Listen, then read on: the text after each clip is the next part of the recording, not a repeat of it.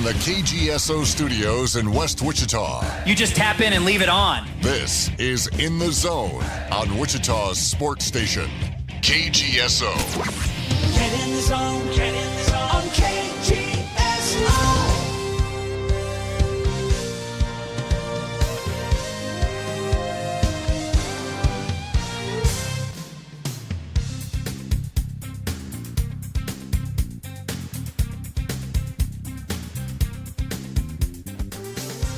Good morning, Wichita.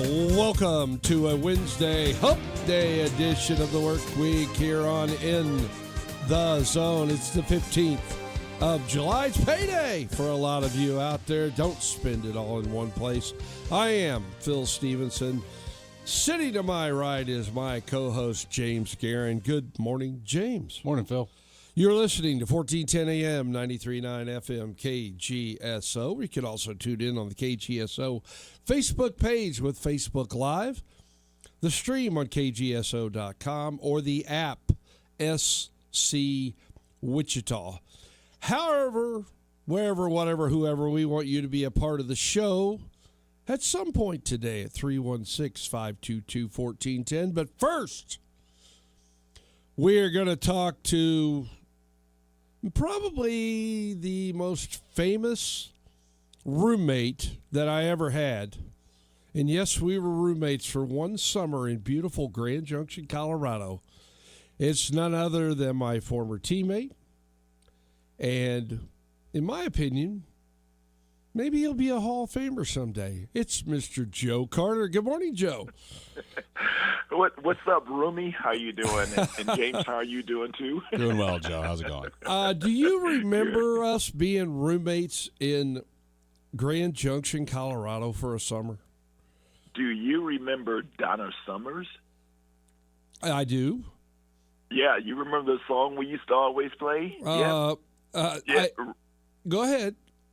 Ring my bell. Yes, I do remember that. That was sort of our theme song. You had to ring the bell with a dinger to get food coupons to be able to survive there. Remember that part of it? You got 14 coupons for 14 free dinners. Yes, I remember that because so we were adding them up. Man, they were some good dinners too. So, yeah. We also had to work. I remember I worked at the tire company down there. It was the Goodyear Tire Company. I don't know where you worked at, or if you even worked. No. I worked at Sears and Roebuck. One of my jobs was to sit in a warehouse with no air conditioning up in an attic, removing. Dean Renicky and I were removing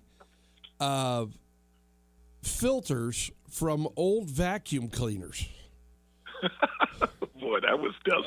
You talk about miserably hot to go with that. And I don't know if you remember a guy named Steve Marsden. He took a job. I remember. Yeah, I remember all those guys. Yes. He took a job working out with the road company, one of those paving companies. And we nicknamed him Neapolitan Man because he had a sunburn in one place, tan in another, and completely white because he had to wear shirt and pants all the time. No, I remember Dean and Steve Marsden. Those were pretty good times because that was, 1979? Yeah. The summer of 1979. Yeah, Grand Junction, Colorado. Steve Seitz. Yes. Who else was there? It was. Oh, we had a pretty good team. We know we did. Cal Koenig from David Lipscomb. Never forget that name. Yep. Left-handed pitcher. It was a lot of fun. And then next year we graduated and went to. I went to. You Boulder. went to Boulder, and I went to Fairbanks. You went to Fair. Oh, that's right. Yeah, Yep. I was never good enough to go to Alaska. I could not make that trek. Oh heavens! Yeah. So I had the wrong credentials. no, you just had Baldy Machete that wanted you there in Boulder. That's what it was. So Well.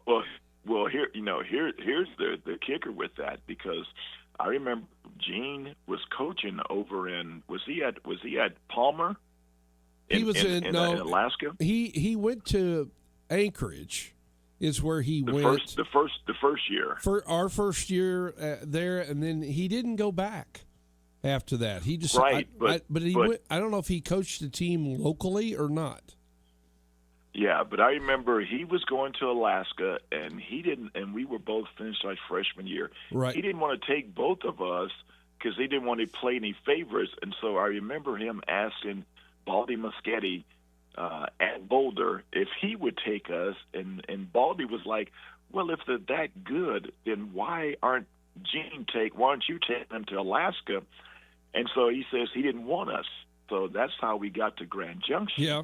And when we played Boulder, we just killed them. And then Baldy's over there kicking himself, go, geez, I could have had those guys. Geez, I could have had them. So very good, so very good year, point. Yes, absolutely. So I wanted to get you on because I know I'll have you on again in October. But finally, and I believe the stadium, is it still the Rogers Center up there in Toronto? Yes, it is still the Rogers Center. Okay. Yes. They are going to unveil Saturday a statue of you. You're the first guy I know with a statue, by the way. That's gonna have a statue that is going to unveil of your World Series winning home run, and it's long overdue, my friend. Congratulations. Well, Phil, thank you very much. It is definitely a humbling experience. It's an honor. It's something that the fans have been clamoring for the last, I think, 30 years or so. But it's something I never really thought about too much. And when they, I was in Toronto last June 19th. Of 2025, and that happened to be that was my late dad's birthday, June 19th, and they kept, I have my golf tournament there, so they kept asking me, one of the media ladies, if I could swing by, come to a little meeting with all the CEOs of the Blue Jays. It's very important, and I was like, yeah, I can make time, and they called me over there, so I go in there. And, I kind of noticed that it was a camera following me, and I said, oh, okay, I guess they're going to video it and stuff, everything. And when I go in, it's just two people. It's Mark Shapiro and Paul Beeston. And that's when they revealed to me that they were, with the Blue Jays, this being the 50th anniversary of the Toronto Blue Jays. Right.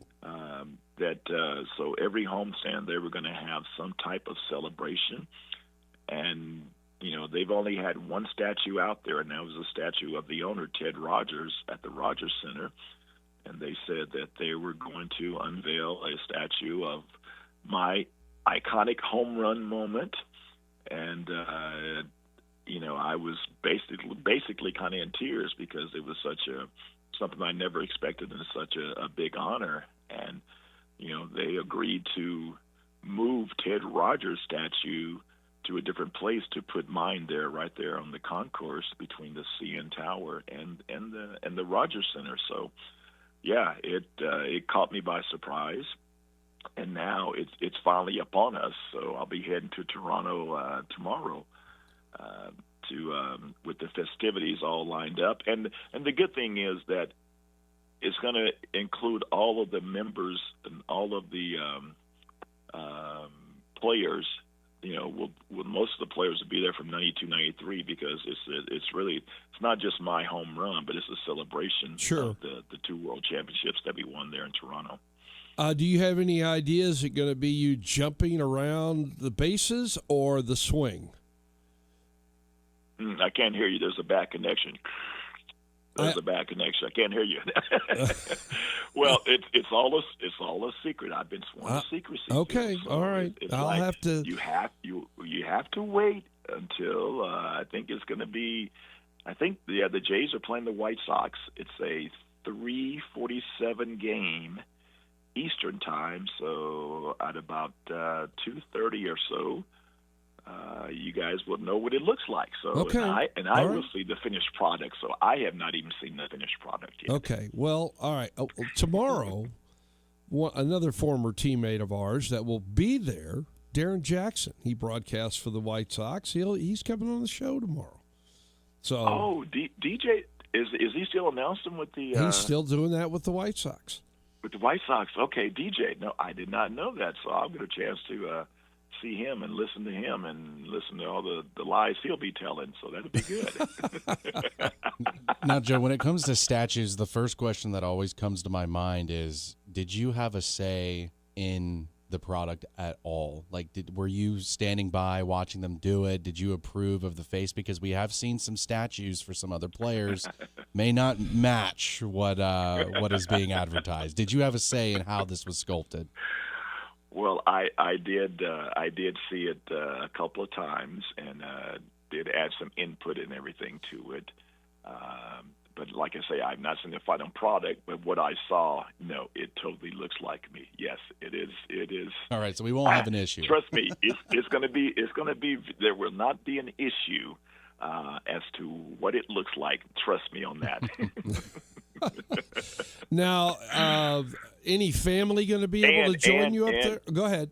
Well, yeah, and I think when they unveiled Ichiro's statue, the bat broke when they unveiled it. Oh my goodness, that's not good. So, that is not good at all. So hopefully my arms or legs or anything like that won't fall off. But no.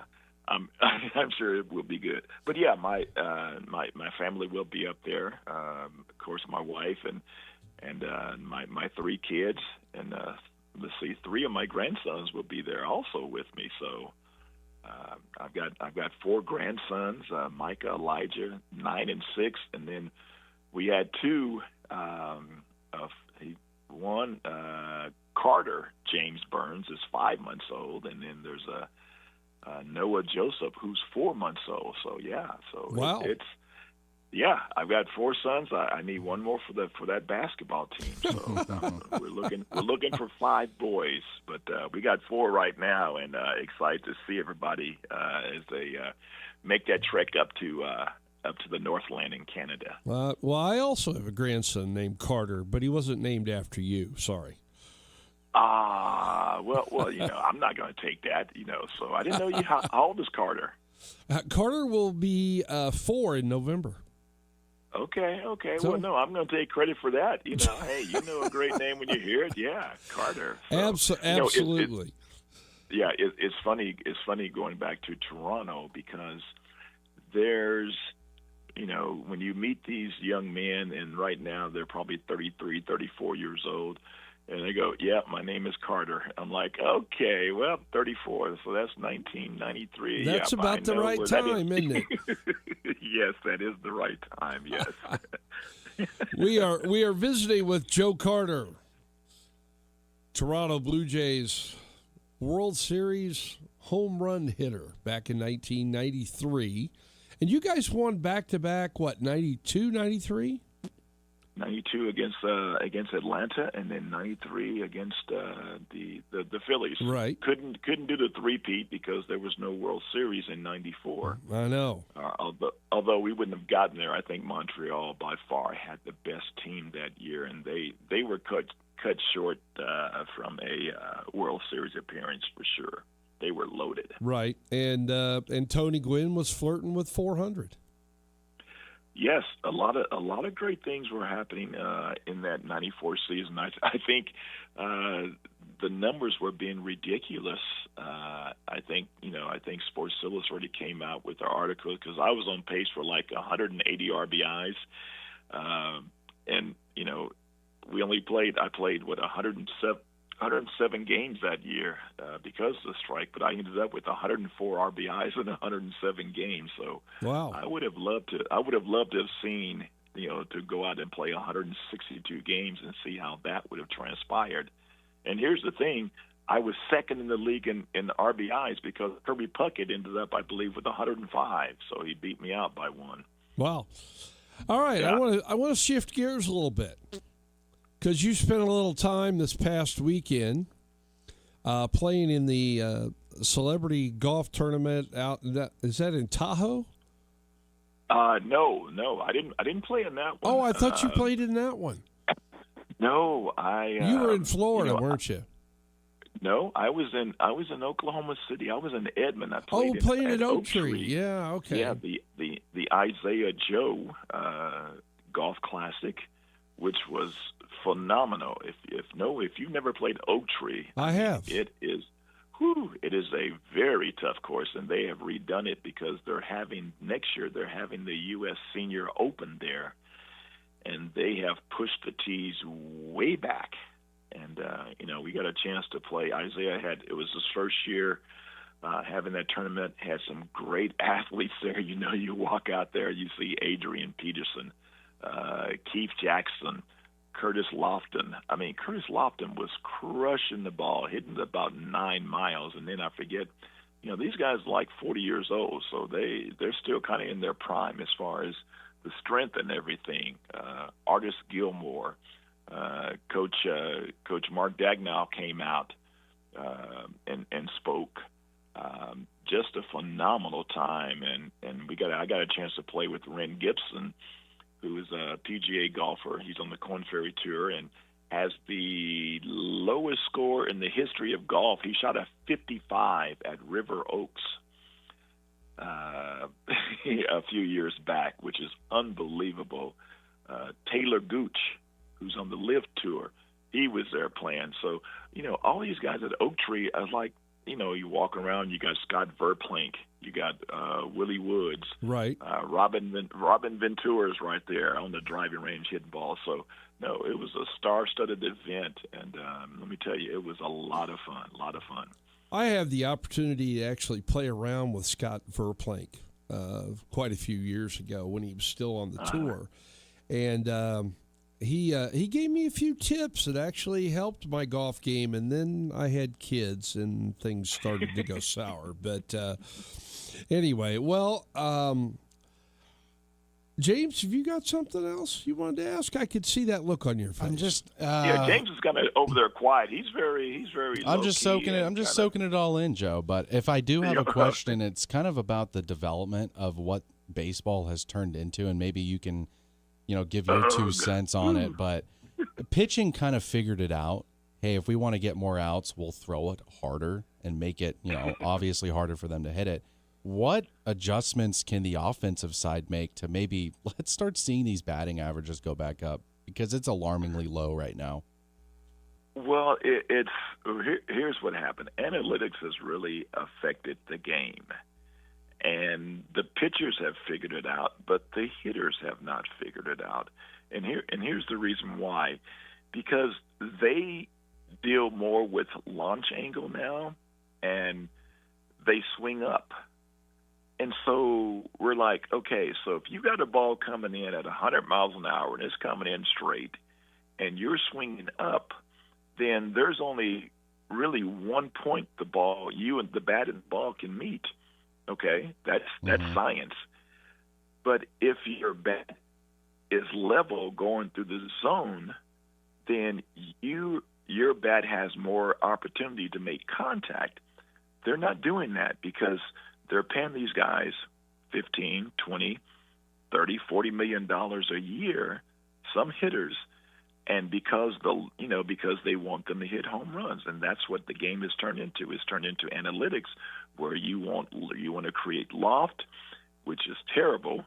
And if you remember the movie Major League, every time Willie Mays Hayes popped it up, he had to do like 10 push-ups right there in the batter's box. Right. So if we start making those guys do that, I think things will change. If you look at the World Series last year, the Blue Jays was one of the teams who did put the ball in play because they had more level swings, but that's not being taught.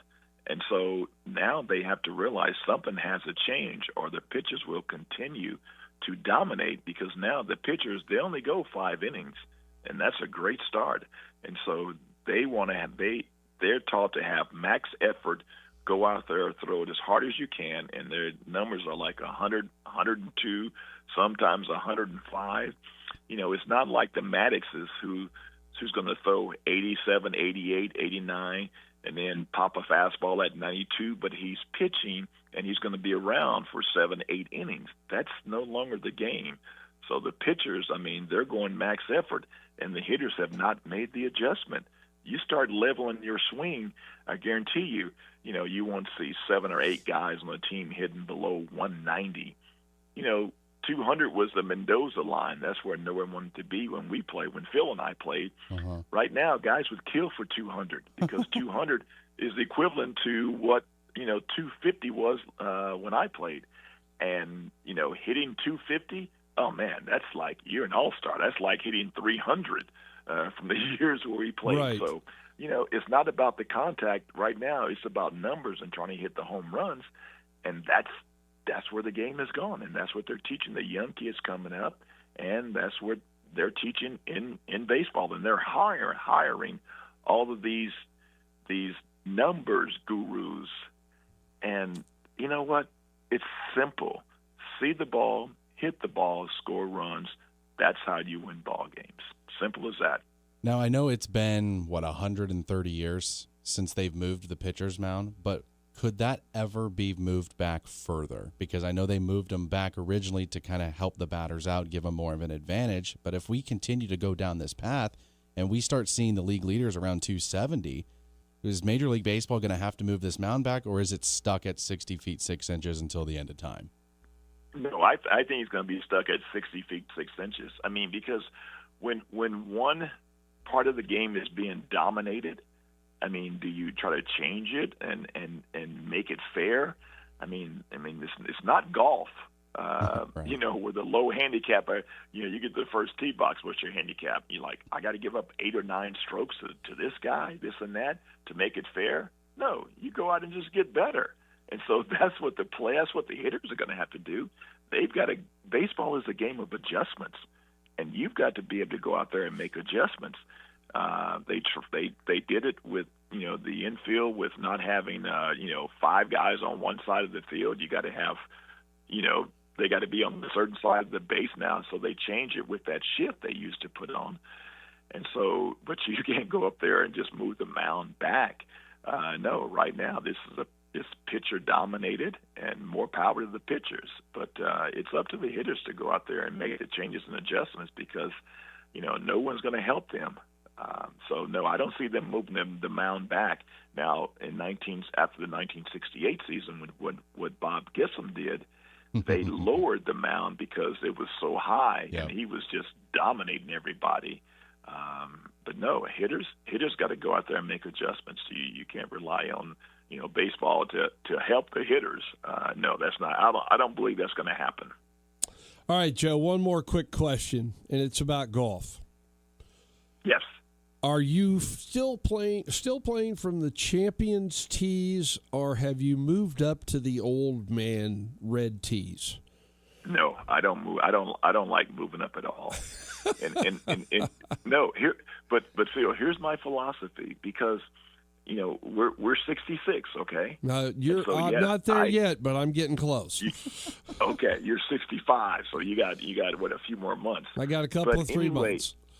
Okay, so if you move up and you're playing the white tees, the old man tees, you're not swinging as hard, because I still hit my driver really good, and so if I move up, then I'm not going to be able to hit my driver all the time, especially at my course here in Leawood, Kansas, Hallbrook. So you end up hitting 5 irons, 4 irons. You end up hitting 3 wood, so you don't swing as hard. I like to play back, and I've played places where I've played the tips 7,400 yards, because that makes me go after it so I don't lose my club head speed. And so that's my philosophy. Yeah. The only time I move up if we have a scramble, and then they say, okay, 65 and older, you can play up to the gold tees. Man, I jump up there quick because I'm still hitting my driver and just trying to, drive every green because the greens are like 320 from the gold tees, and from the blue tees are like 400 or 390. And so you get a guy in the middle, and I'm just like, hey, I'm just going to bomb there you away. go. So I never ease up. So no, I don't want to play up. No, not at all. I want to play back.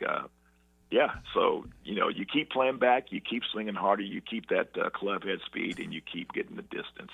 All right, I'm going to continue to work on that as I get back out on the golf course with after the shoulder surgery. So, Joe. And here's a couple of tips I'm gonna give you. Okay, one, don't stand too close to the ball after you hit it. Okay, and two, here's the greatest golf book ever written in the history of golf. Quote this: hit your second shot first. That's it. Hit your second shot first. I'll try to remember that. Every time you hit your first shot, it goes way left or way right, and you say, okay, I'm going to take a mulligan. Boom. Yep. And you hit it right down the middle. Hit your second shot first. That's it. That's good advice, Joe. I appreciate that. Try to remember that. Well, hey, have a great time this weekend. Make sure you tell family members I said hello. And it is a well-deserved honor and well overdue as well by the Toronto Blue Jays. So have a great time this weekend, and we'll catch up again here later on near World Series time. Okay? All right. Sounds good, Phil, James. You guys have a great time and a great chit-chat with you, okay? All right. Same here. Take care, Joe. All right. Bye-bye. Bye-bye. There goes Joe Carter. Longtime friend. Known that guy since high school. Played against each other in high school. Woo! First segment in the books. You can call the show now, 316-522-1410, when In the Zone returns after this timeout.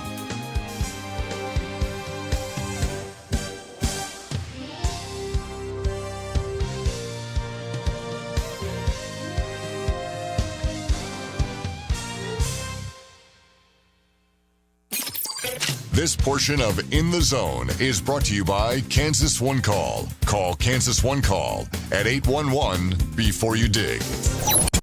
Get in the zone, on KGSO. Ladies and gentlemen, this is The Odd Couple with Rob Parker and Kelvin Washington. There's only one way of looking at LeBron James' tenure in Los Angeles. It was a dud. Can't call it a complete failure because he did win a championship. Mickey Mouse championship, the bubble, whatever you want to call it, it was a dud. This is The Odd Couple with Rob Parker and Kelvin Washington. Evenings on KGSO, and find KGSO on the SC Wichita app. Hey, Phil Stevenson here, and when I need to get in the zone to watch the big game, I head over to Dino's Grill and Tap Works at 21st and Webb Road in Cambridge Market. It's the place to watch all the big games, with TVs everywhere, a great selection of ice-cold beer on tap, and the best happy hour in town from 3 to 6 daily, and all day Mondays and Thursdays. That's half-price wells, martinis, and the perfect margaritas. And oh man, the food is awesome, with something for everyone, from great apps and salads to ribs and steaks to homemade pizza. Check out a game at Dino's at 21st and Webb. Taco Tico, it's all about the taste. Right now, one of the 7 area Taco Tico locations, you can get the 10-pack of tasty Taco Tico tacos for just $10.99. It's all about the taste. Filled with the specially seasoned taco meat and stuffed with lettuce, tomato, cheese, your choice of sauce, all in a freshly made corn shell. Sounds good, right? It's a 10-pack of tacos for just $10.99. Taco Tico, it's all about the taste.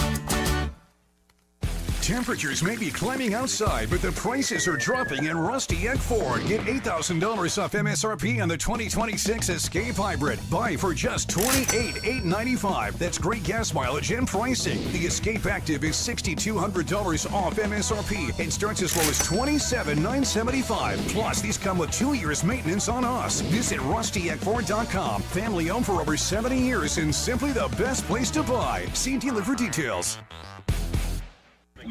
There's a lot of noise out there. With a million different views, opinions, and voices, how do you know who you can trust? Local Kansas broadcasters like Kate News aren't just faces on the screen. They live here, work here, and care about what matters to you.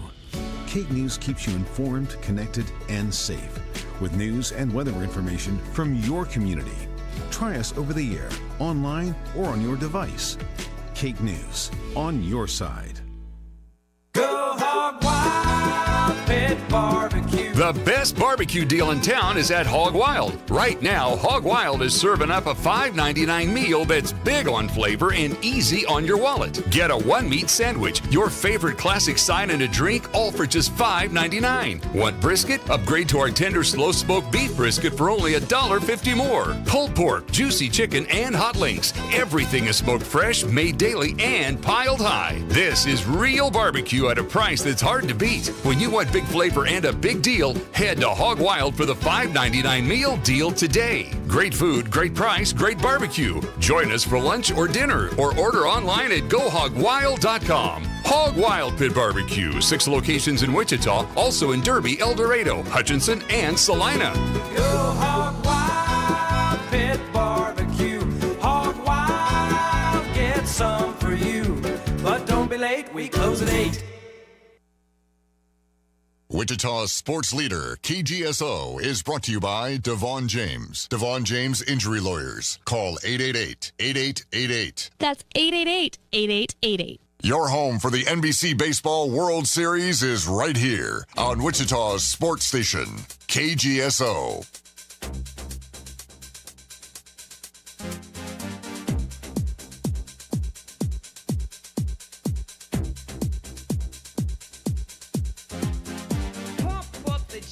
Pump it up while your feet are stumping and the jam is pumping. Look ahead, the crowd is jumping. Pump it up a little more, get the party going on the dance floor. See, cause that's where the party's at, and you find out if you do that. Little technotronic brings us back here on In the Zone on this Wednesday, the 15th of July, payday for a lot of us. Even around here, they threw a check at me. How about that? Can you believe I get paid for this? 522-1410's phone number. Probably some of you going, yeah, we can't believe you get paid for that. Raina up here says, I'm not sure why, what? You're going to have to tell me why, I don't know. You probably have your reasons, I guess. All right, last night, all I can do is this.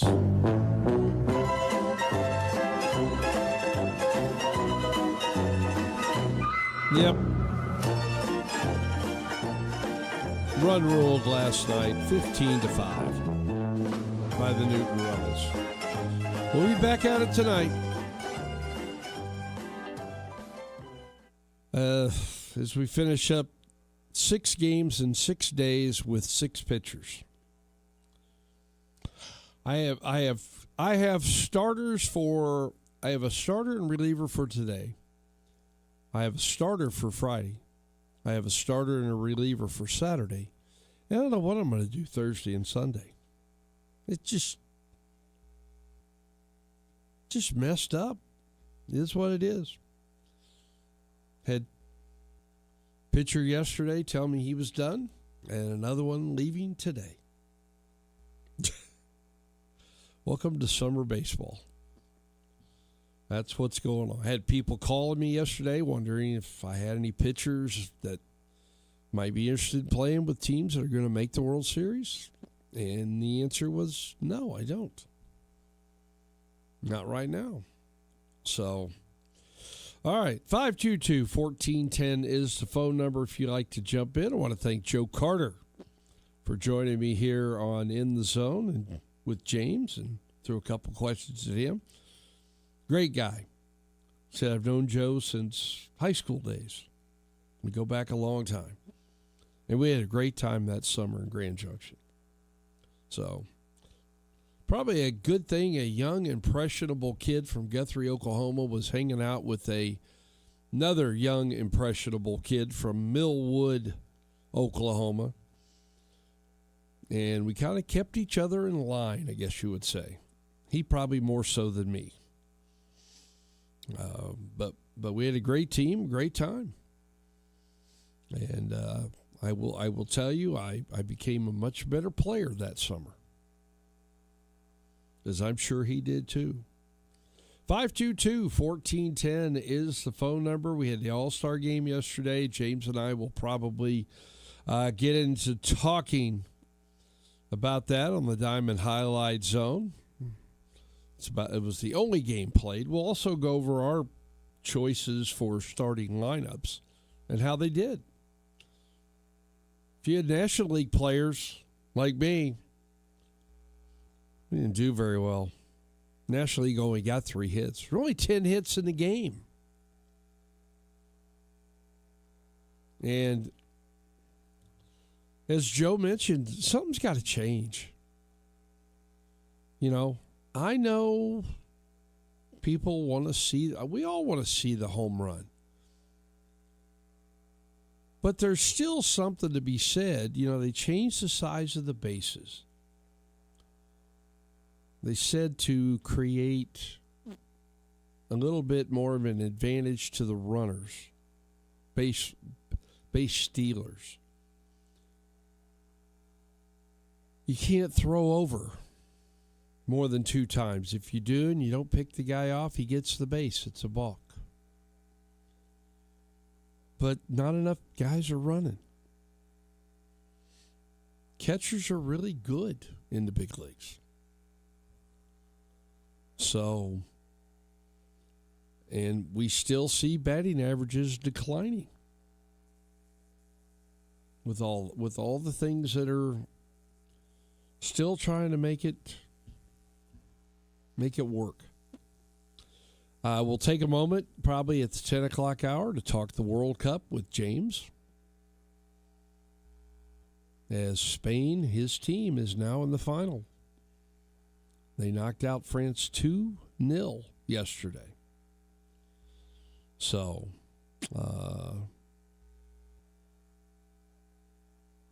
Rock Chalosky, number 1 pick in the draft, gets a $10.35 million bonus from the White Sox to sign. And by the way, David Chadd, who's an executive with the Philadelphia Phillies in their scouting department, will be on at 9 tomorrow. Phillies drafted 2 former Cannons players in the draft on Sunday. So I'll talk with him about that as well. He's on at 9 tomorrow. And then Darren Jackson, broadcaster with the White Sox, will join us at 10 tomorrow. Talk about the White Sox fortunes.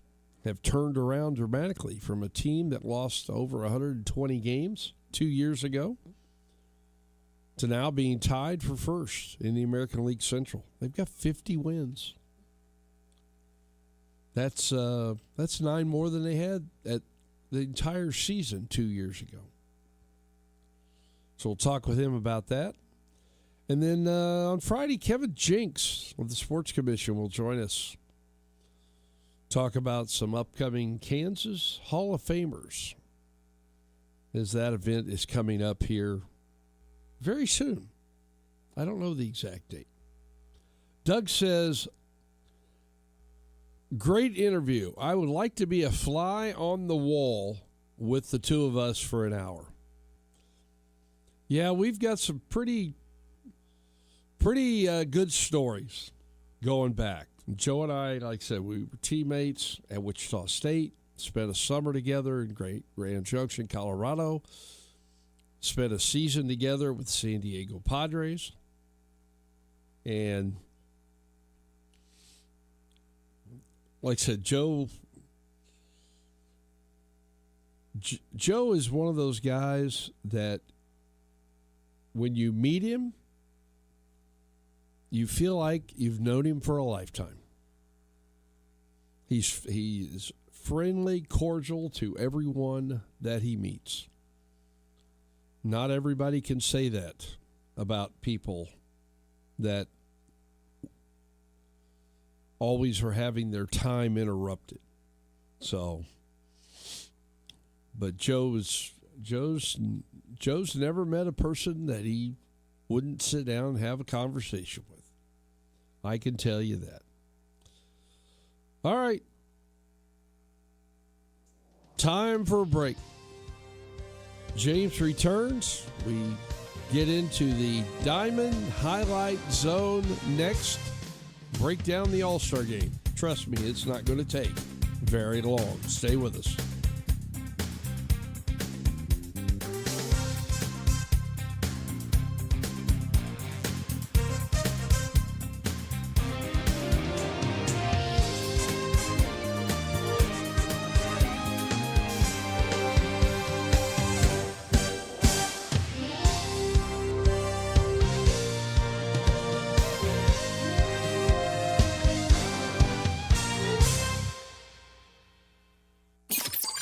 This portion of In the Zone is brought to you by Kansas One Call. Call Kansas One Call at 811 before you dig.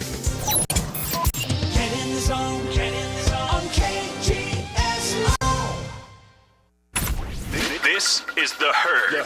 You got to be consistent. With Colin Cowherd. Mike check. Walker Kessler, a legitimate defensive big. This is what I've been preaching now since the new Dodger owners came in. It's not about clinging to the past. It's about spending money and looking through the windshield, not the rear view mirror. This is The Herd. Weekdays at 11 a.m. right here on KGSO and on the SC Wichita app.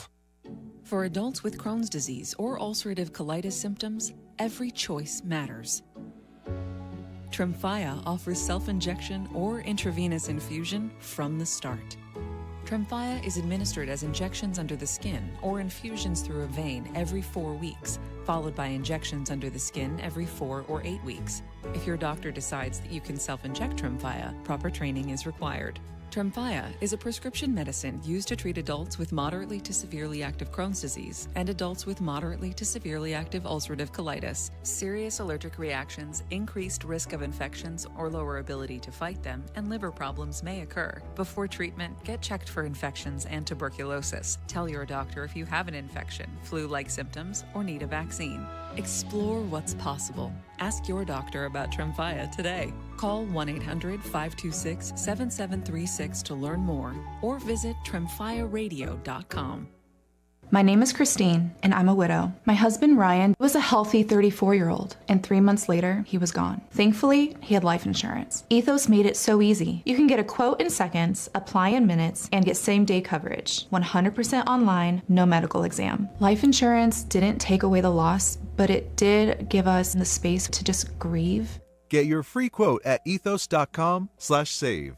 Ethos.com/save. Paid spokesperson. Time spent on application may vary. Online health questions required. Does the oil and natural gas industry make an impact at the county level? I'm Warren Martin, and this is Fueling Kansas with Kansas Strong. Oil and natural gas are produced in 93 of 105 counties in Kansas, but does it make an impact? The short answer is yes, and in some counties it makes a dynamic impact. 12 counties in Kansas receive more than 20% of their total revenue from the oil and natural gas industry. In 13 counties, more than 20% of the local non-ag-related jobs are provided by the industry.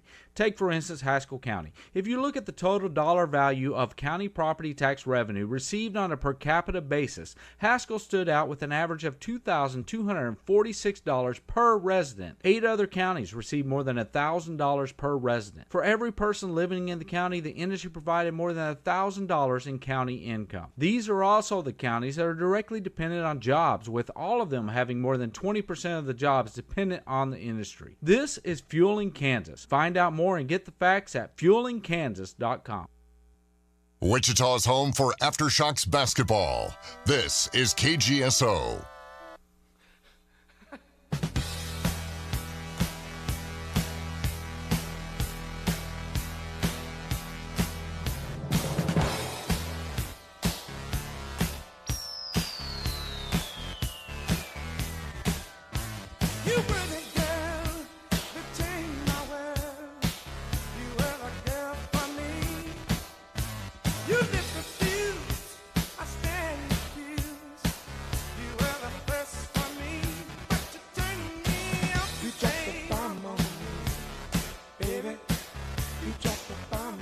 The Gap Band, and You Dropped a Bomb on Me. Only one of those last night in the All-Star game, as James and I recap that game in the Diamond Highlight Zone. 4-0, the Americans over the Nationals. And I didn't get to see any of it. It sounds like it was over in the first inning. Yeah, you could say that. Yeah, from what I could gather. My starting pitcher, he gave up 3 runs. He may, I wonder if the Phillies might give him a little bit of a break. He's had some struggles here in his last 2-3 starts. One against the Royals, I might add. Speaking of Chris Sanchez. I was going to bring that up yesterday when you chose him. Yeah. I was like, if he can't even handle the Royals, what makes you think he's going to handle this lineup? Well, he didn't. He gave up, if I'm not mistaken, three hits. Is that correct? And 3 runs, 2 walks, 3 hits, Ks. 3 runs, 2 Ks, 34 pitches. Ooh. That was probably much, much more than what Philly wanted him to. How about Robleski, who did give up the lone home run in the game? He didn't look that great. He went 2 innings, struck out 5. Yeah, but give up the home run. That's it, though. I'm surprised he pitched him 2 innings. Oh, well. But your closer, Miller, on your pick, got a strikeout in the third of an inning, and my guy got 2 strikeouts.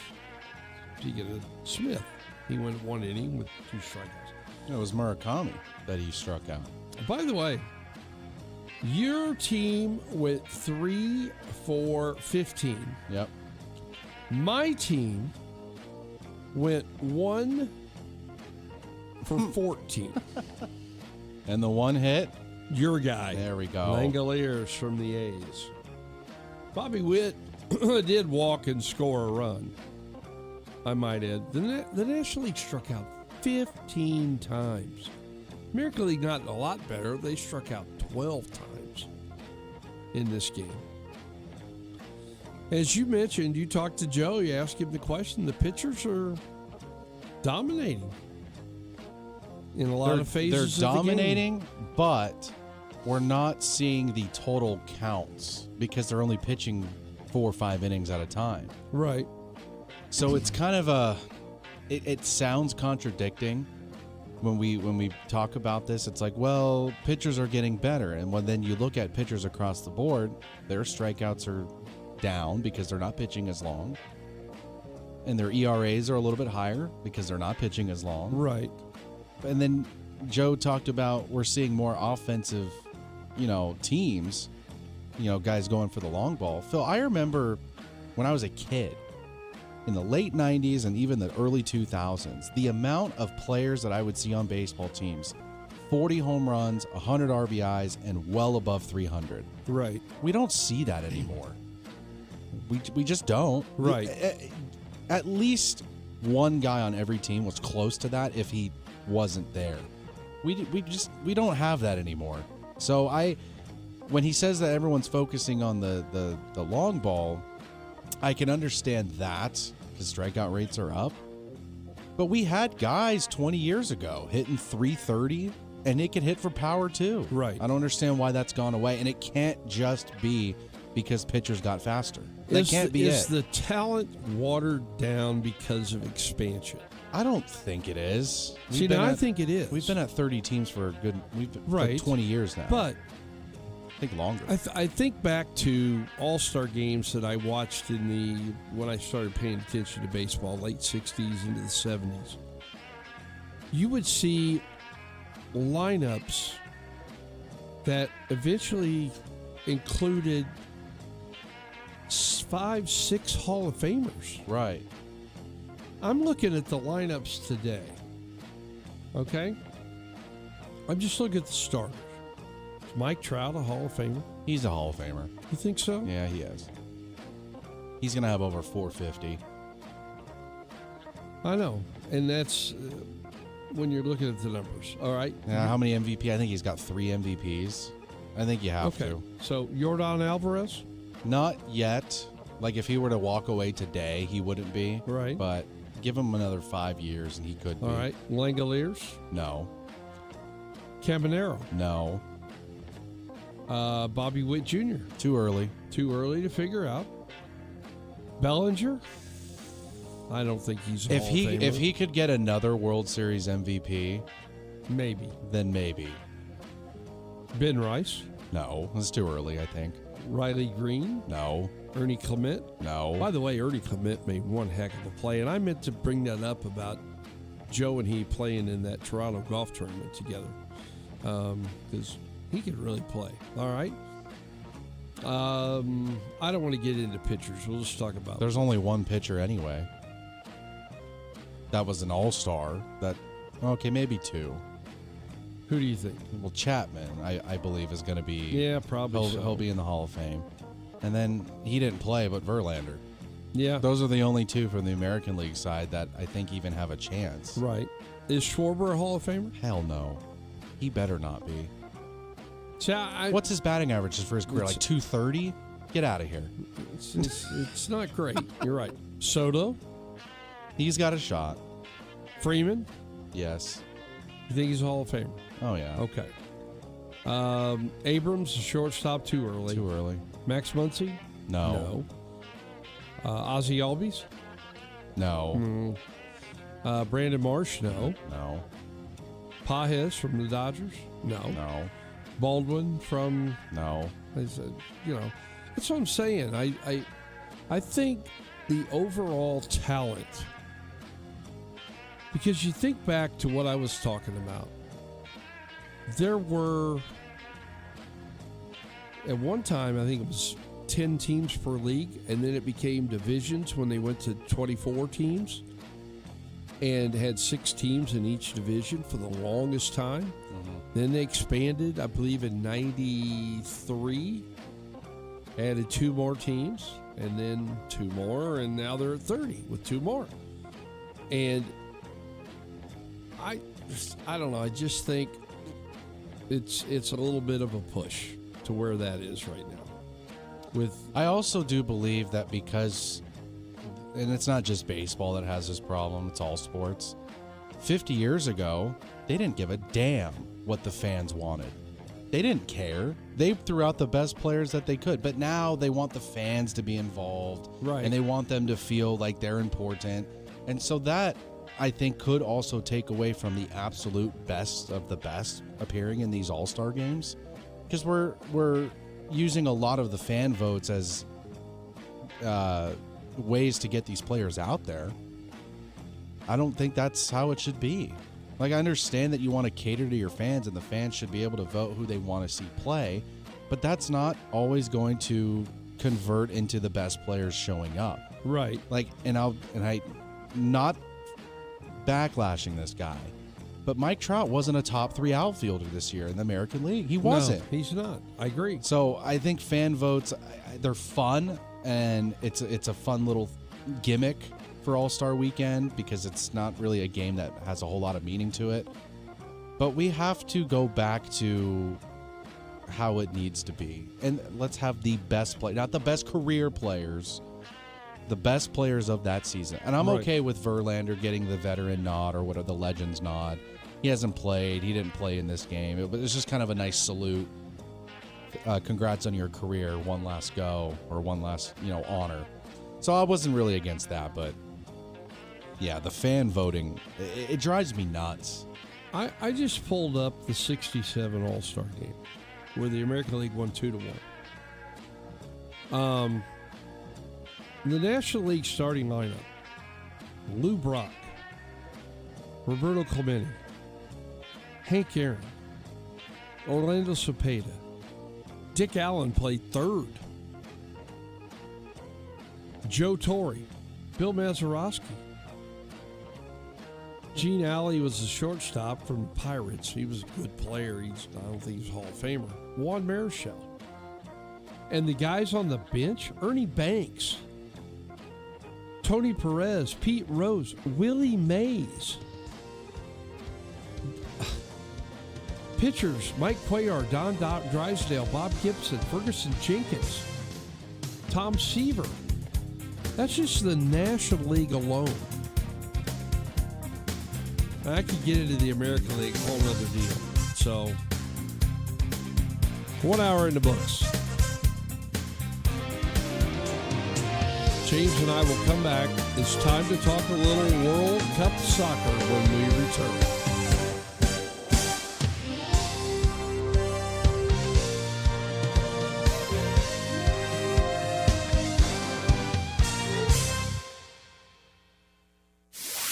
Want to hear more of KGSO? Don't forget to download our app today. Fill out weekly surveys, register to win great prizes, listen live, message our shows, and so much more. Plus, get reminders of special programming and games you don't want to miss. Just find SC Wichita in your app store and make KGSO your new favorite app. It's Wichita's Sports Talk, right on your phone. Download the SC Wichita app today with Wichita's sports station, KGSO. America is turning 250, and we're celebrating all month long at Midwest Kia. Join us for our Stars, Stripes, and Savings Sales event, where we're honoring America's 250th birthday with incredible savings throughout July. Celebrate extra savings on every new Kia that's built right here in America, including the award-winning Sportage, Sorento, Telluride, hybrid models, and the electrified EV6 and EV9 models. And no birthday party is complete without a present. This July, purchase any new or pre-owned vehicle and get a $250 gas gift card. It's our way of helping you enjoy the summer road ahead. Plus, every new Kia comes with that unbeatable 10-year, 100,000-mile limited powertrain warranty. But hurry, this special Independence Day offer and the $250 gas gift card won't last forever. Visit MidwestKia.com. And remember, We want to see ya in a Midwest Kia. see dealer for details. Offer ends July 31st. Warranty is a limited powertrain warranty. For adults with Crohn's disease or ulcerative colitis symptoms, every choice matters. Tremfya offers self-injection or intravenous infusion from the start. Tremfya is administered as injections under the skin or infusions through a vein every 4 weeks, followed by injections under the skin every 4 or 8 weeks. If your doctor decides that you can self-inject Tremfya, proper training is required. Tremfya is a prescription medicine used to treat adults with moderately to severely active Crohn's disease and adults with moderately to severely active ulcerative colitis. Serious allergic reactions, increased risk of infections or lower ability to fight them, and liver problems may occur. Before treatment, get checked for infections and tuberculosis. Tell your doctor if you have an infection, flu-like symptoms, or need a vaccine. Explore what's possible. Ask your doctor about Tremfya today. Call 1-800-526-7736 to learn more or visit tremfyaradio.com. Market information from the Mid-America Egg Network. I'm James Garrett. Moving through a Wednesday over in the corn market. September corn up 7 1/4 at $4.45 3/4. Kansas City wheat for September up 32 1/4 at $7.10 1/4. In the bean market, August beans up 4 1/2 at $11.97 1/4. Soybean meal for August up 80 cents at $3.1830, and soybean oil for August down 51 cents at $71.89. In the cotton market, December cotton up 49 cents at $81.36. In the energies, crude oil for August down a nickel at $79.29. Unleaded gas for August up a penny to $3.24. Heating oil for August down 7 cents at $3.94. And natural gas for August up a penny at $2.92. And over in the stocks continue to rise on big tech gains, encouraging inflation signs, with the Dow Jones currently up 223 points at 52,731. The S&P 500 up 16 points at 7,560. And the Nasdaq up 58 points at 26,152. Market information from the Mid-America Ag Network. A pair of Kansas City Royals made appearances at the All-Star game last night in Major League Baseball. Walk on the mound, faced 3 batters, struck out 2, and got 1 out on a fielder's choice. Bobby Witt Jr. made 2 appearances at the plate, got walked his first time up and scored a run, then reached his second time up. The American League beat the National League 4-0. Now it's a break for the Royals until Friday when they face the Padres. They'll be back home for a 3-game series at the K. In a trade, the Royals did acquire right-handed pitcher Easton McGee from the Milwaukee Brewers on Tuesday. That's sports. I'm Doug Downs. Sports Report brought to you by Burwell Construction. Decks, pergolas, patio covers, roofing, siding, windows, guttering, and more. 316-794-3430 or online at burwellconstruction.com. This is Wichita's sports station, K230PY, 93.9 FM, 1410 AM, and 99.7 HD3. KGSO Belle Plaine, Wichita. Broadcasting live from the KGSO studios in West Wichita. You just tap in and leave it on. This is In the Zone on Wichita's sports station, KGSO.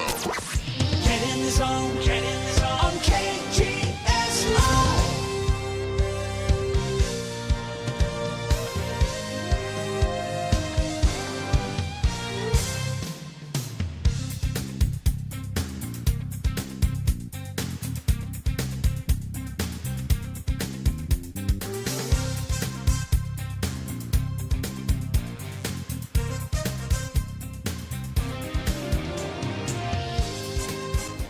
Welcome back.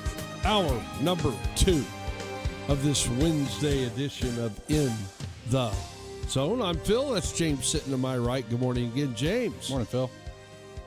522-1410 is the phone number. Before we get over to World Cup soccer, I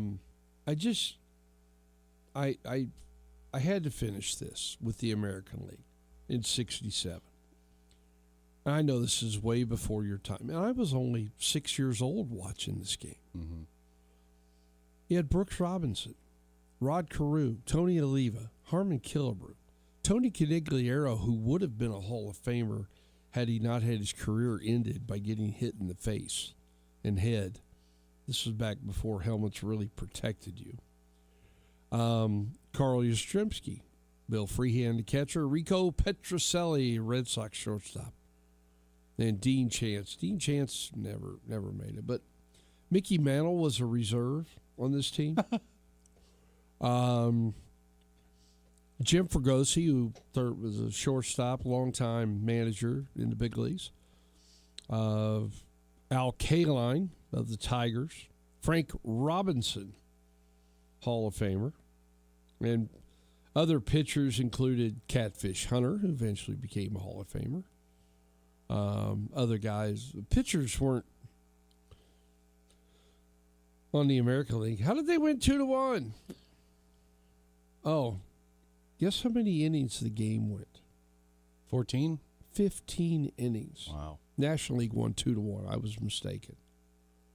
And you never see this. Roberto Clemente played all 15 innings. You don't see that anymore. Same with Hank Aaron. Good grief. Pitchers dominated. No doubt about that. So, anyway, that was from 1967. Let's get to more current times because yesterday, you predicted it. You said the under. And your group, the Spaniards, will pitch another shutout. They keep the explosive France offense out of the goal, 2-0 Spain over France. And I'm sure you got to watch the majority of it, didn't you? I watched all but the first 4 minutes of the game. Okay. Complete domination from Spain. It did help them, obviously, getting that penalty rather early in the game. Right. And that there was no debate whether or not that should have been a card, or not a card, but a foul, at least inside of the box. The defender I saw the play, defender and was trying to clear agree it, with you. And the guy, it wasn't intentional. No, not by any means. He was trying to clear the ball out of the defensive end, and in doing so, he kicked blindly. Kicked someone right in their hip. And kicked the guy from Spain right in the hip. Now, here's the question I have. Why, when that happens, why is it not that player who was fouled doing the penalty kick? Why do they get to pick whoever they want to do the kick? Because soccer views the foul as a foul against the team, not against the player. Okay. Now, here's how I see this. This would be like the old Hack-a-Shack days, where you could foul Shack, and then he could pick somebody, the team could pick somebody to go to the foul line. Right. Right. If they had made that the rule, that Hack-a-Shack wouldn't have existed. Wouldn't have existed. That's correct. And I know this was unintentional, but it seems like to me the person that was fouled should be the guy that has to do the kick. That's just my opinion. I don't. Because also in soccer, if you had it that way, then you would be more inclined to foul defenders if they're on the attack, because they're not as good with the ball or shooting the ball as the attackers are. Yeah, but how often does a defender end up in the penalty box, in the box? A defender? Pretty often, especially if it's like a corner or a set piece, or even on counterattacks. Really, they can be, and it's not all the time that they're in there. But if they're losing late in the game, they're going to be up a little bit more. Yeah, so they would be more inclined, because they would be smart enough to not foul the offensive guy.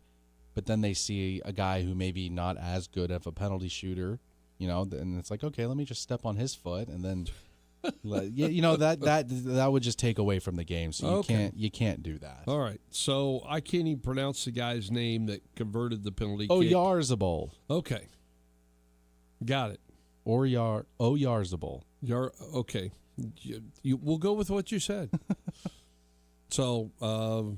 Yeah, not really much you could say to overturn that, but that was unfortunate for France. And, this was one of the few times that France was trailing for a good part of this game. Right. And, they had their chances. I mean, Mbappe and Dembele were doing, the best that they could, but the unity that the defense for Spain has right now, they play as one entire group. And that is just, it's so rare to find that, and for it to be effective at the pace that it is. Right. They couldn't get into a rhythm. France could. They couldn't get into a rhythm. I mean, they were Spain was playing physical. They were letting them know, like, we're not just gonna let you play your pretty ball and do what you want to do. We're here, and you got to make us make a mistake, and they didn't.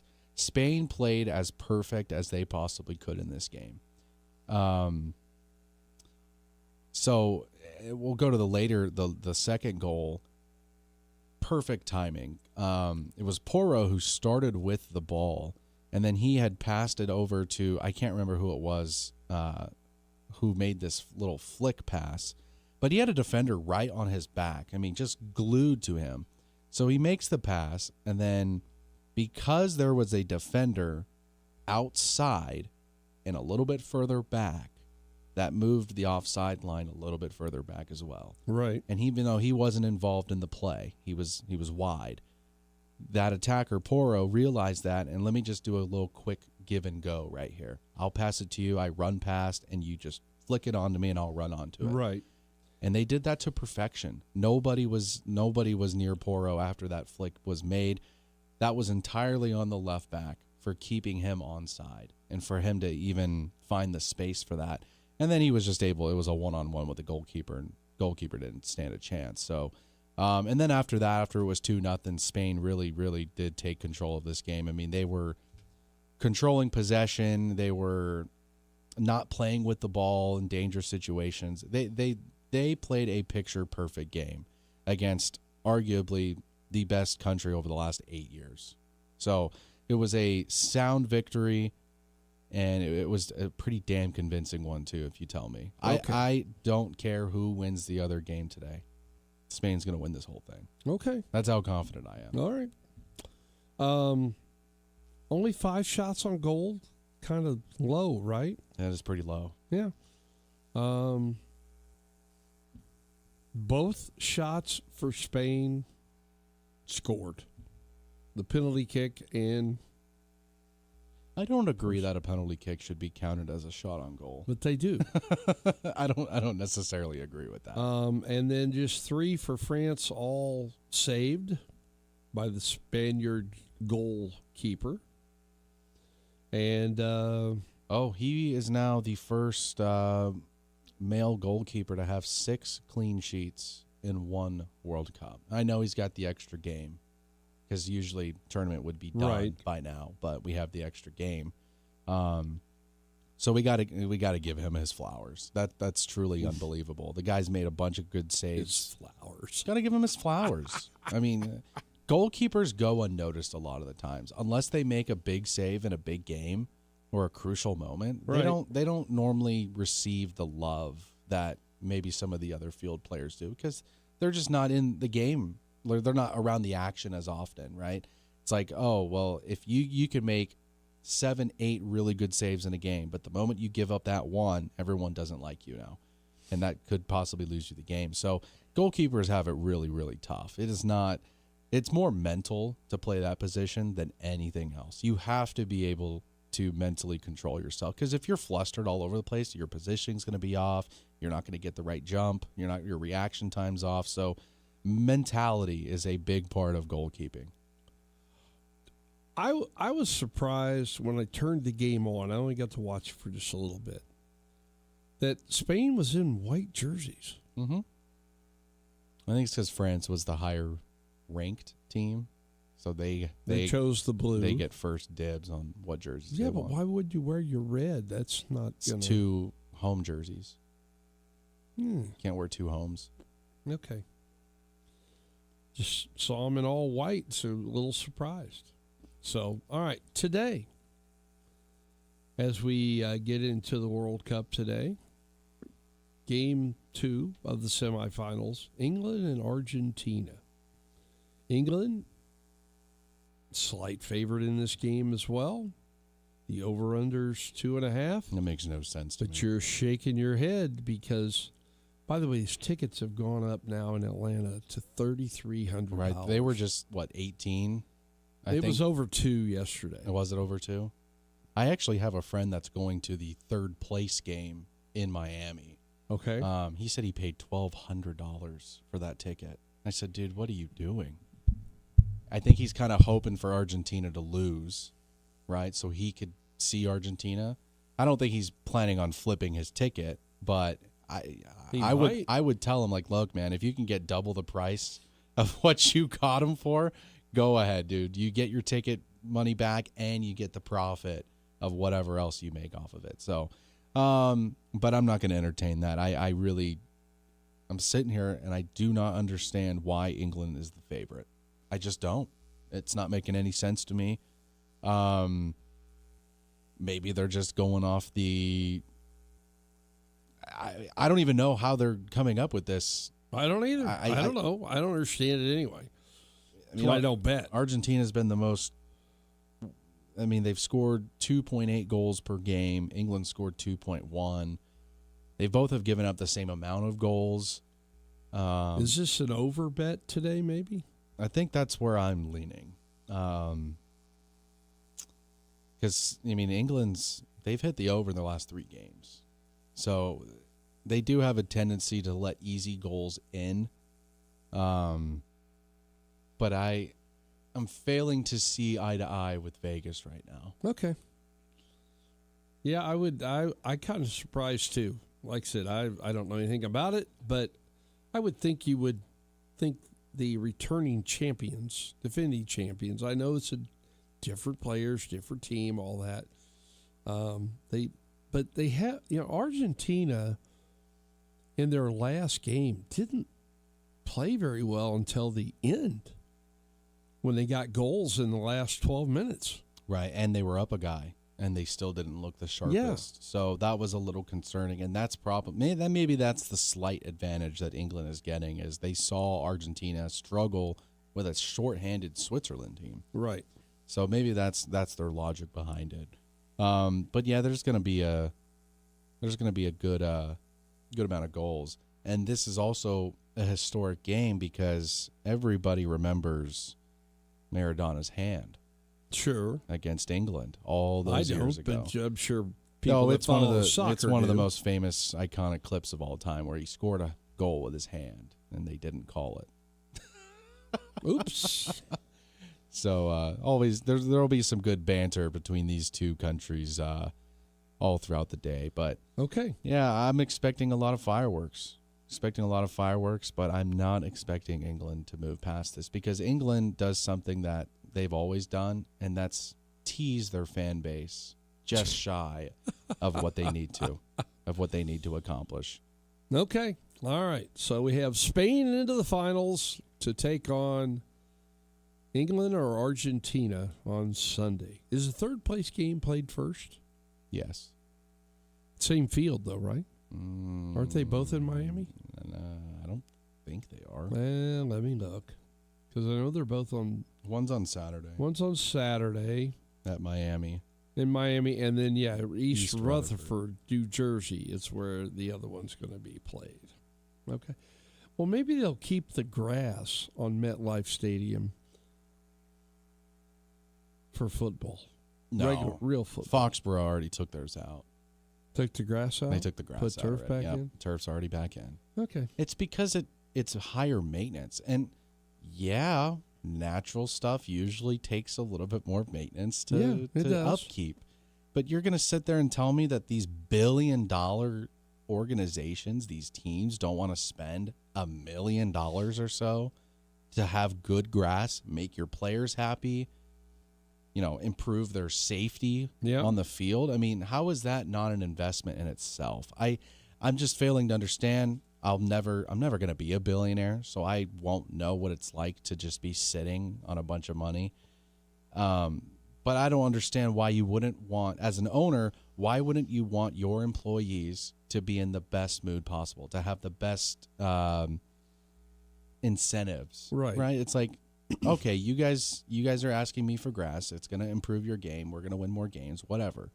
If I make this change and you guys do it, sure, I'll honor it. But if it's not making a difference in the win-loss column and we're not seeing we're not seeing a ridiculous amount of injuries, then I'm not going to do anything. So it is kind of frustrating that we can see these soccer guys play on grass and we really haven't had too many significant injuries. I know there's been a couple.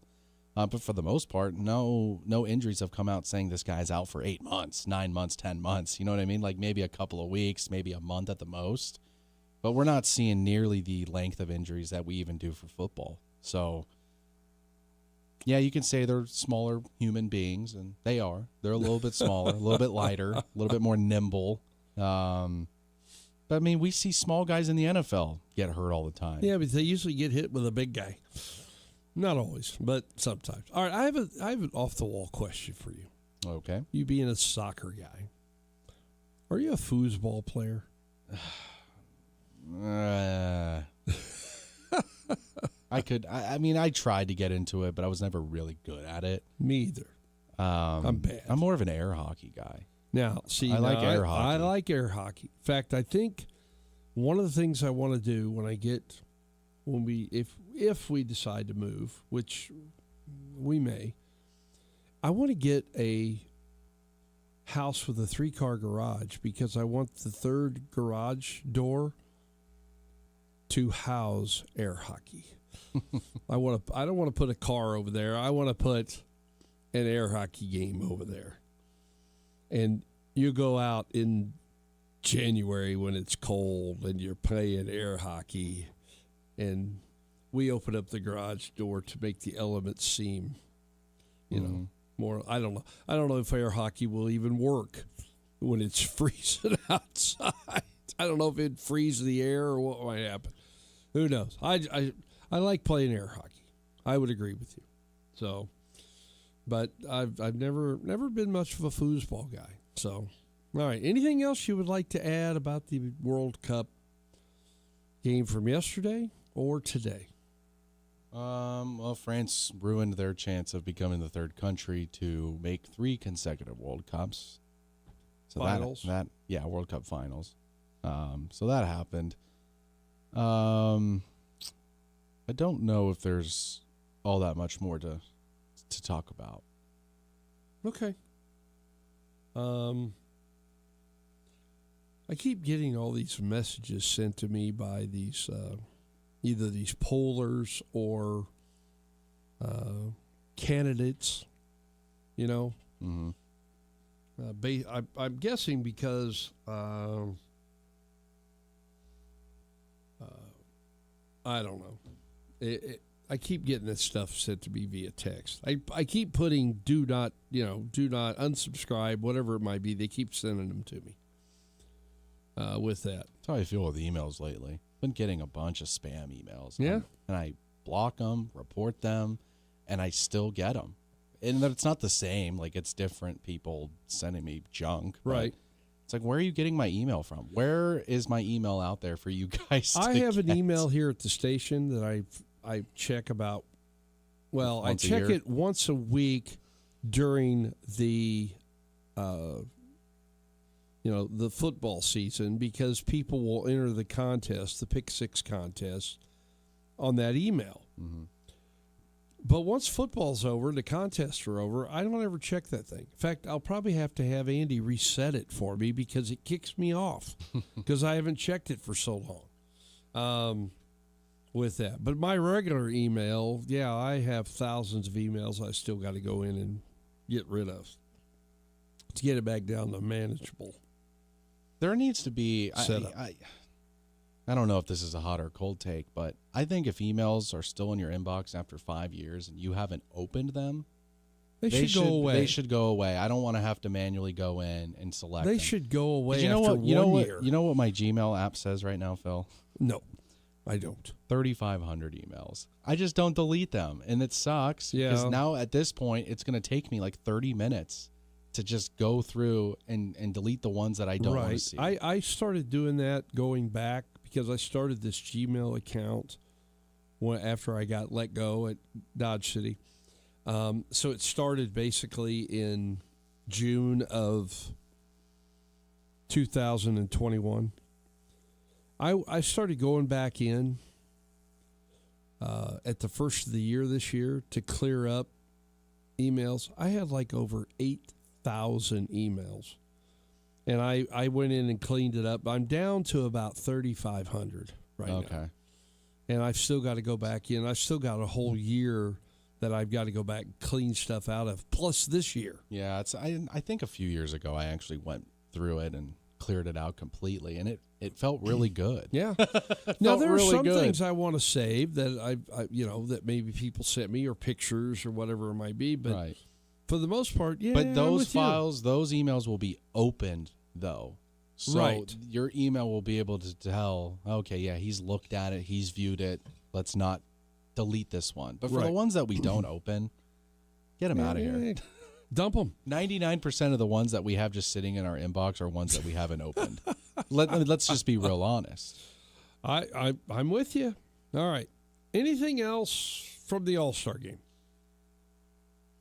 It's just weird how the American League dominated and the National League is a better league. Yeah, run differential, record, individual stats. I mean, they sweep the board, but it doesn't matter. It didn't matter yesterday. Okay. I think the American League, I almost said but the American League, I think, typically dominates this thing. At least since 2000. For a long time it was the National League. Well, because they were the more established league. Yeah. Right. But here in the last, I would say, 15, 20 years, the American League has really been it. there's been very few National League victories. And, I think the National League won in 25 because of the home run. Yeah, it was tied. Takeoff, and Schwarber stepped up and launched 3 bombs. And that was pretty much over at that point. Yeah, that was their second win in the last 13 seasons. Yeah. A year ago. I don't know. I don't know why that is. It's been dominated by the American League. So that's what like we've since been seeing. since 2000, Phil. They've won 5 times. I know. With American League, we run the All-Star game, Phil. You are. I agree. Well, Royals fans can say I'm it, still too. a National League guy because I grew up a Reds fan and a Cardinals fan. And, I work for the Royals. I've become a Royals fan more so because of Brett, I think, my son, who loves to watch the Royals. But I'm still a National League guy. Just have that in my blood from this part of it. And also, since you followed this guy's career being in Utah, DeBansa, what's the deal with they stop him after 2 Summer League games? They shut him down. Oh, they already know what he has. No sense in putting this. I think Putting this is him actually at risk? right. I think this is pretty common though with the top 5 picks in the draft. They just throw them out there for a couple games, get them used to the speed, and then they see what they have, and then they get a pretty good idea. Okay, this is what this guy has. We don't need to put him out there anymore. Okay. And maybe potentially get him injured or whatever. But no, that's normal. Did Peterson cramp up? Peterson's actually been looking pretty good. He's actually been looking pretty good. I so had to get that drop. maybe Jazz fans aren't as upset as they should be for not getting DeBonsa. Okay. All right. Take a break. 522-1410's phone number. What say you out there? I want to hear from you in this next segment as In the Zone rolls on the 15th of July.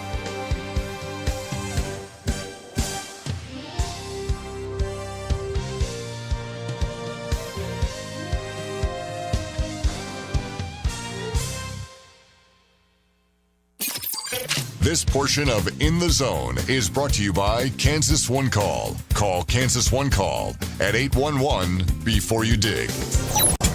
Get in the zone, on KGSO. Ladies and gentlemen, this is The Odd Couple with Rob Parker and Kelvin Washington. And it is Jason Tatum and friends. What kind of pressure's on him right now in beatdown? I think just the normal pressures that he's always had. Even when he didn't win the Finals MVP, if you want to just be honest, go look at the numbers. Who led in every statistical category? It was Jason Tatum. This is The Odd Couple with Rob Parker and Kelvin Washington. Evenings on KGSO. And find KGSO on the SC Wichita app.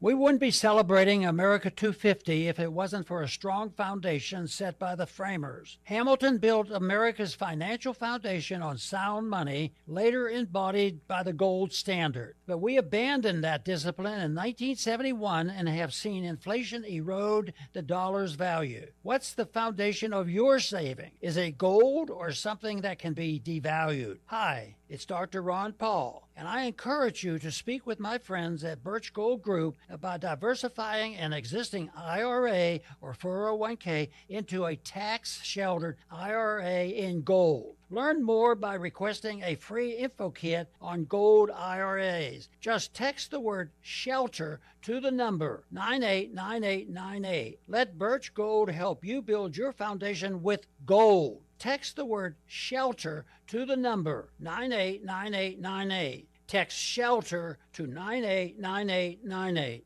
America is turning 250 years old, and at AutoSmart, we're celebrating the right way. For a limited time, we're giving 12% off all parts and labor because keeping your vehicle running strong is part of the American way. And that's not all. Stop by AutoSmart and pick up your free American flag, our way of saying thank you for being part of this great country. At AutoSmart, we believe in honesty, hard work, and taking care of our neighbors. Come see us today and celebrate 250 years of freedom with a team you can trust. AutoSmart. Proud to serve our community. When it comes to great barbecue in Wichita, one name stands above the rest: B&C Barbecue. For years, BNC Barbecue has been serving up mouth-watering smoked meats and hometown flavor that keeps customers coming back. But next time you're in, don't stop at the barbecue. Grab a menu and try their juicy pork chops, tender prime rib, delicious smash burgers, and so much more. Whether it's lunch, dinner, or catering for your next event, BNC Barbecue has something for everyone. Visit BNC Barbecue at 3rd and Washington and taste why Wichita keeps coming back for more. Temperatures may be climbing, but the prices are dropping at Rusty at Ford. Get $10,000 off MSRP on a 2026 F-150 XLT. Prices as low as $54,655. The F-150 STX is $9,000 off MSRP and starts as low as $42,335. Or you can save thousands and snag 4.9% for 84 months. Plus, these come with 2 years maintenance. Visit RustyAtFord.com. Simply the best place to buy. With approved credit, see dealer for details. Wichita's sports leader, KGSO, is brought to you by Devon Jaimes. Devon Jaimes Injury Lawyers. Call 888-8888. That's 888-8888. It's Wichita's sports station all in one location. Just download the SC Wichita app today.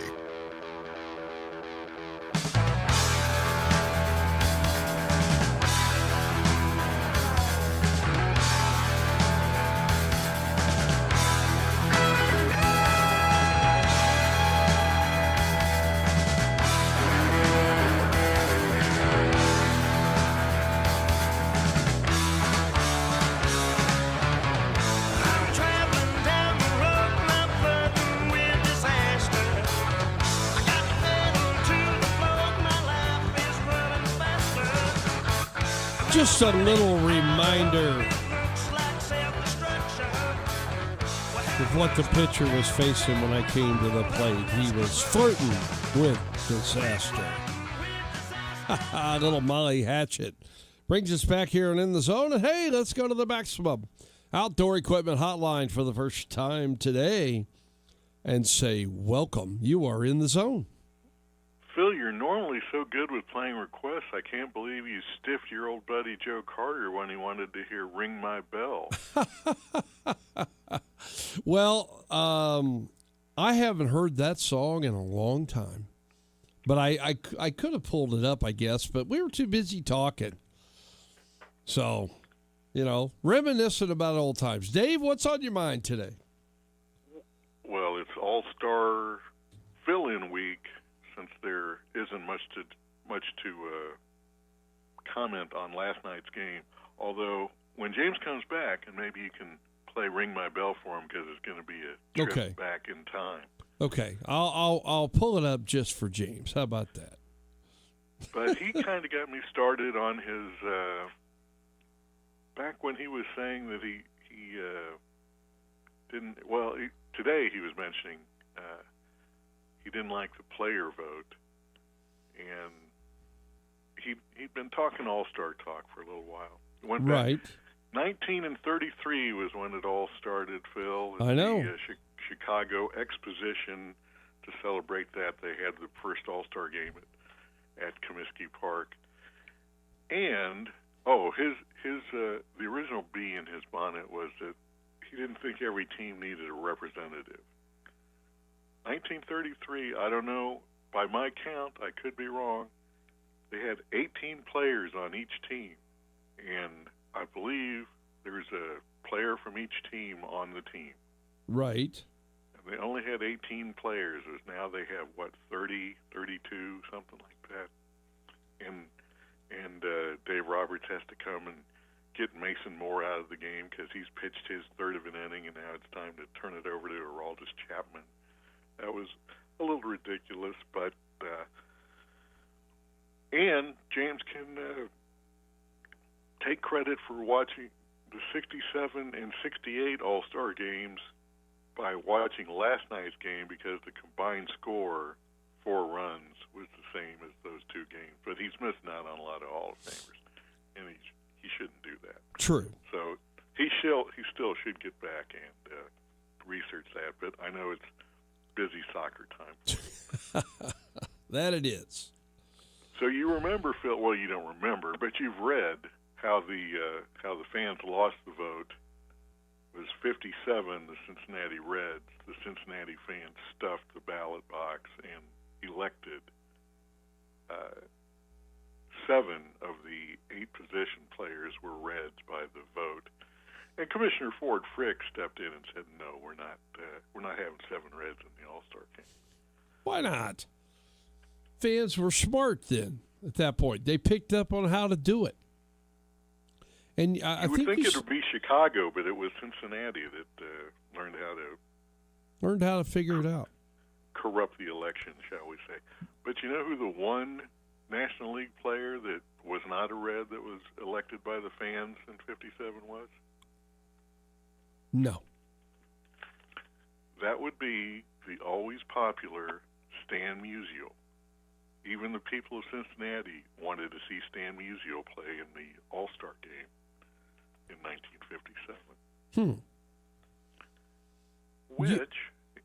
And he was elected at first base, which, if I'm Cincinnati first baseman George Crowe, having my career year of 32 home runs, makes me a little irritated that I'm the one guy that didn't get voted in, and here I am hitting 32 home runs in 1957.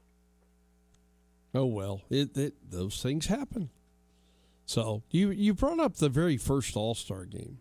And last night I was watching the 4-Letter Network late when I got home from our game. And they talked. One of the moments they talked about was Carl Hubbell's strikeouts of 5 consecutive Hall of Famers in the All-Star game. And I go back to that. That's maybe the most to me the most impressive feat in an All-Star game ever. They didn't list it as number 1; they had it at number 2. But to me, that's got to be the best performance in an All-Star game ever. Well, you're hung up on the strike, Phil. Instead of the home run, the strikeout, instead of the home run derby next year, let's have a hit behind the runner derby and see how well that goes over. I can tell you how that's going to go over.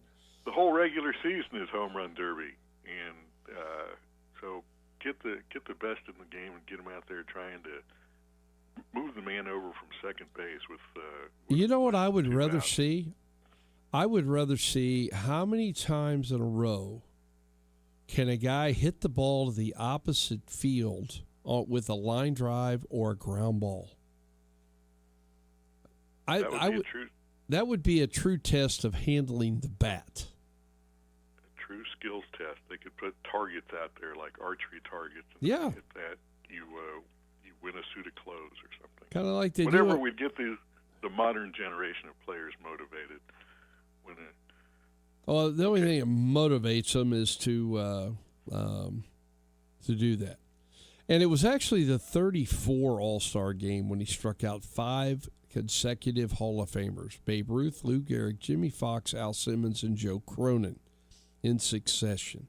It was the second All-Star game, not the first one. Apparently the screwball was working that day. Apparently so, Dave. Apparently so. Phil, you recall Earl Averill, of course. I do know the name, yes. Okay, most famous for breaking Dizzy Dean's toe in the 37 All-Star game. Dizzy pitching for the for the National League of the Cardinals, pitching to Cleveland outfielder Earl Averill. And unfortunately, Dizzy broke his toe, and they didn't really have much of a rehab and IL process back then, so he came back prematurely and messed up his pitching motion not to land on his broken toe, and therefore threw his arm out and was never the same, which is sad. That's history I did not know. Dave, thank you. Well, I figured you would be all up on that, Phil. But no. That's what messed up Dizzy Dean's career. And maybe future managers decided, let's give the guy more time off from a broken toe, and that way we won't lose half of a Hall of Fame career. I thought maybe Dizzy Dean's career took a downturn because he was hanging out with Harry Carey. I think that came later. Harry was but a boy found out this other interesting fact about, at least to me, about Earl Averill. When he was well, let's put it this way: 1936 was Joe DiMaggio's rookie year and first All-Star game. And you think of Joe DiMaggio as Mr. Center Field, but Earl Averill had that job for the American League. And I don't know, the first year I assume it's just, hey, rookie, go play right field. Center field belongs to Mr. Averill.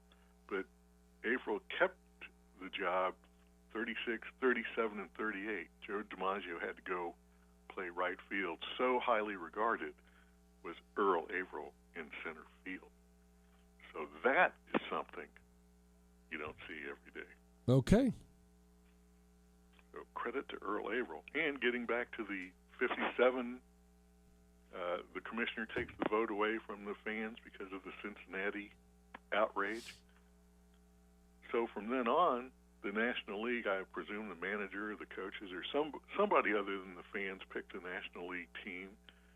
And it just so happened that they had these two outfielders called Willie Mays and Hank Aaron to somewhat anchor their lineup. And when they had a vacancy in the outfield, they could go. And Henry Aaron, being an unassuming fellow, would move from right to left to make room for Roberto Clemente, or he would stay in right, and they'd bring in Lou Brock to play left field, or Billy Williams one year, or Willie Stargell one year. So the National League kind of had an advantage in the outfield positions, you might say. I see. Okay. Had a lot of great players to choose from. Very, very true, Dave. Absolutely. So, all right. Well, appreciate a little All-Star history there, Dave. It's been welling up inside me. So all right. I had to disgorge some. Well, we will look forward to what you got for me tomorrow with Phil on the Grill at 10:30. Oh, okay, great. And keep those Joe Carter interviews coming. I love those. All right, Dave. Take care. Have a great day. Thank you. See ya. There goes Dave. One segment left. James rejoins me. We'll wrap it up after this.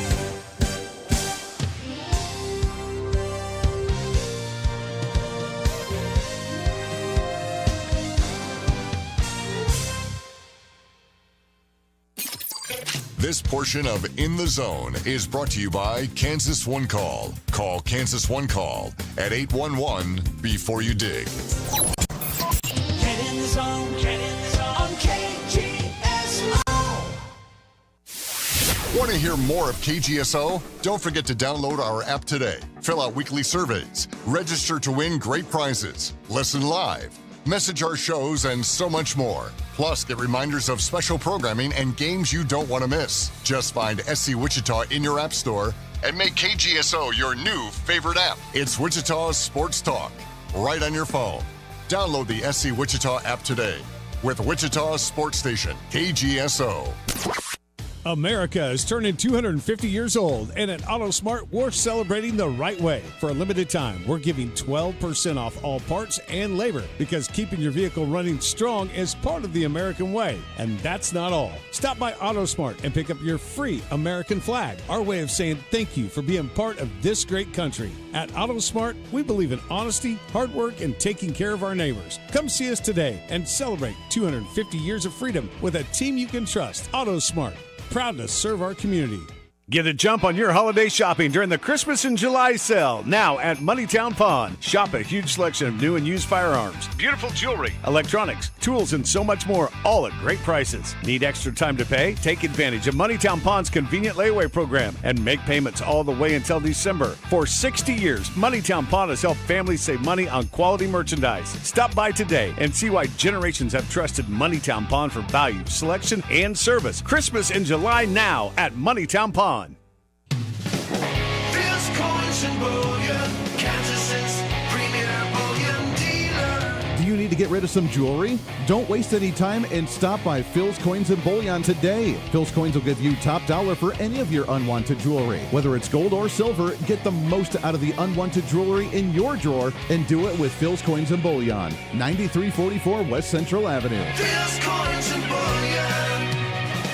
Phil'sCoins.com.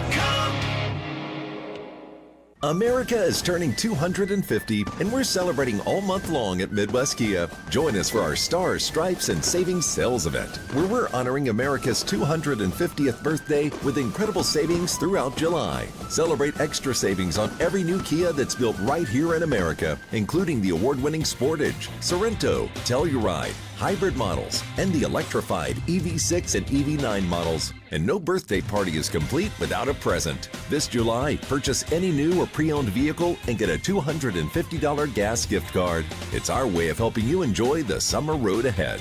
Plus, every new Kia comes with that unbeatable 10-year, 100,000-mile limited powertrain warranty. But hurry, this special Independence Day offer and the $250 gas gift card won't last forever. Visit MidwestKia.com. And remember, We want to see ya in a Midwest Kia. see dealer for details. Offer ends July 31st. Warranty is a limited powertrain warranty. Remember, today you listen to Wichita's sports station, KGSO.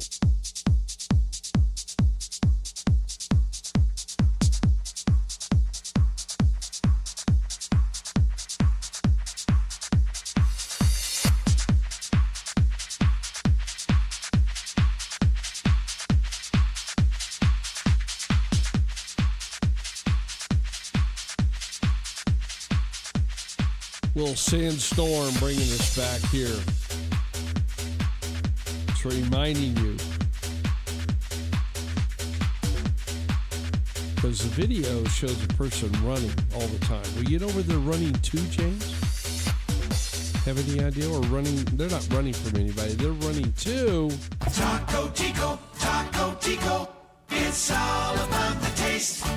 because today is the last day that you can get the 10-pack of tacos for $10.99 or the 4 wonton tacos for $4.99. There's one nearby, James, 13th and North Tyler, or 35th and North Rock Road, Arc City, Newton, El Dorado, Derby, and Augusta, or order online, tacotico.us. Maybe you have somebody deliver it to you. The last day for 10 tacos for $10.99. The 10-pack or 3 wonton tacos, $4.99, because at Taco Tico, it is all about the taste. Taco Tico, Taco Tico. It's all about the taste. All right, we've got about 9 minutes left here, young man. Major League Baseball will kick back in tomorrow. Oh, and I needed to play this for you as well, just because in case you didn't know what Joe was talking about at the opening part of the show. Have you ever heard this song, James? No. No? And I do now remember that this was very popular in 1979. This is a little Anita Ward and Ring My Bell. I feel like this is what would be played at the roller skating rink. Probably was. More than likely. But it was very popular at that time.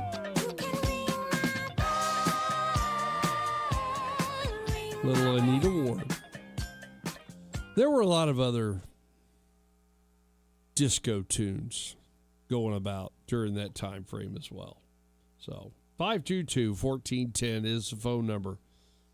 Did you see that the Big 12 preseason media poll rankings came out? This who? is from Barstool Big 12. This might just be a Barstool Big 12 list. I don't know how much people respect Barstool, but they are a sports outlet. Okay. But they have KU listed as 12th in this conference heading into this season. Okay. K-State is 8th.